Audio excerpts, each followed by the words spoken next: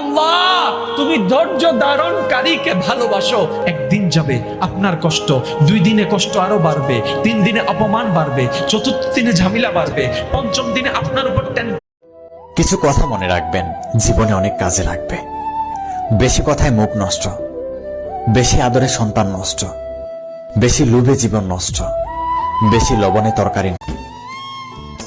শালার কপাল, বুঝার মতো একটা মানুষ পাইলাম না, তবে ভুল বুঝার মতো মানুষের অভাব নাই। জীবনে পুরুষ কখনো কারো প্রিয়জন হতে পারে নাই, মৃত্যুর আগ পর্যন্ত শুধু প্রয়োজনেই থেকে যায়।